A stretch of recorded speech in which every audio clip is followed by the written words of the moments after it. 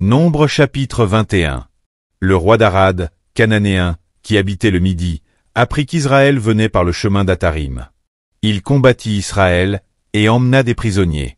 Alors Israël fit un vœu à l'Éternel, et dit, « Si tu livres ce peuple entre mes mains, je dévouerai ces villes par interdit. » L'Éternel entendit la voix d'Israël, et livra les Cananéens.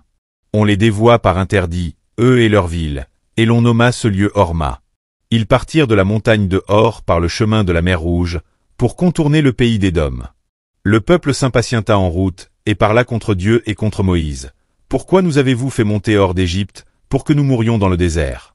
Car il n'y a point de pain, et il n'y a point d'eau, et notre âme est dégoûtée de cette misérable nourriture. » Alors l'Éternel envoya contre le peuple des serpents brûlants. Ils mordirent le peuple, et il mourut beaucoup de gens en Israël. Le peuple vint à Moïse, et dit, « Nous avons péché, car nous avons parlé contre l'Éternel et contre toi. » Prie l'Éternel, afin qu'il éloigne de nous ces serpents. Moïse pria pour le peuple. L'Éternel dit à Moïse, « Fais-toi un serpent brûlant, et place-le sur une perche. Quiconque aura été mordu, et le regardera, conservera la vie. » Moïse fit un serpent d'airain, et le plaça sur une perche, et quiconque avait été mordu par un serpent, et regardait le serpent d'airain, conservait la vie. Les enfants d'Israël partirent, et ils campèrent à Oboth. Ils partirent d'Oboth et ils campèrent à Ijé-Abarim, dans le désert qui est vis-à-vis de Moab, vers le soleil levant. De là ils partirent, et ils campèrent dans la vallée de Zéred. De là ils partirent, et ils campèrent de l'autre côté de l'Arnon, qui coule dans le désert en sortant du territoire des Amoréens, car l'Arnon est la frontière de Moab, entre Moab et les Amoréens. C'est pourquoi il est dit dans le livre des guerres de l'Éternel, Vaeb en Supha, et les torrents de l'Arnon, et le cours des torrents, qui s'étend du côté d'Aher et touche à la frontière de Moab. De là ils allèrent à Bir. C'est ce Bir où l'Éternel dit à Moïse, « Rassemble le peuple, et je leur donnerai de l'eau. » Alors Israël chanta ce cantique. Monte, puis, chantez en son honneur.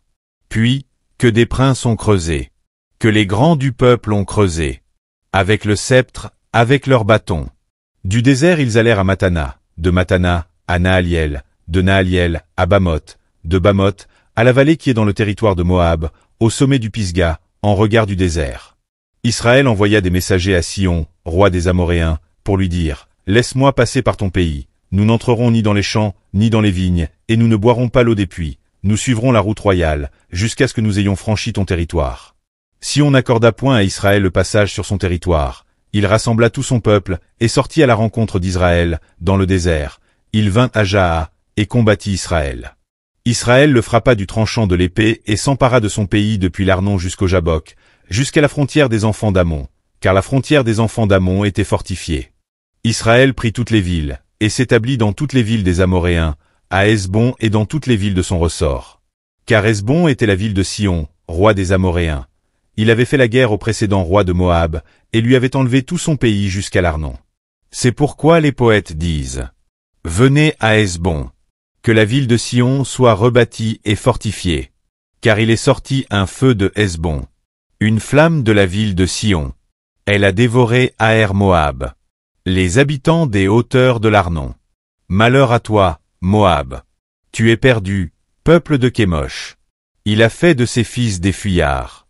Et il a livré ses filles captives. À Sion, roi des Amoréens. Nous avons lancé sur eux nos traits. De Hesbon à Dibon tout est détruit.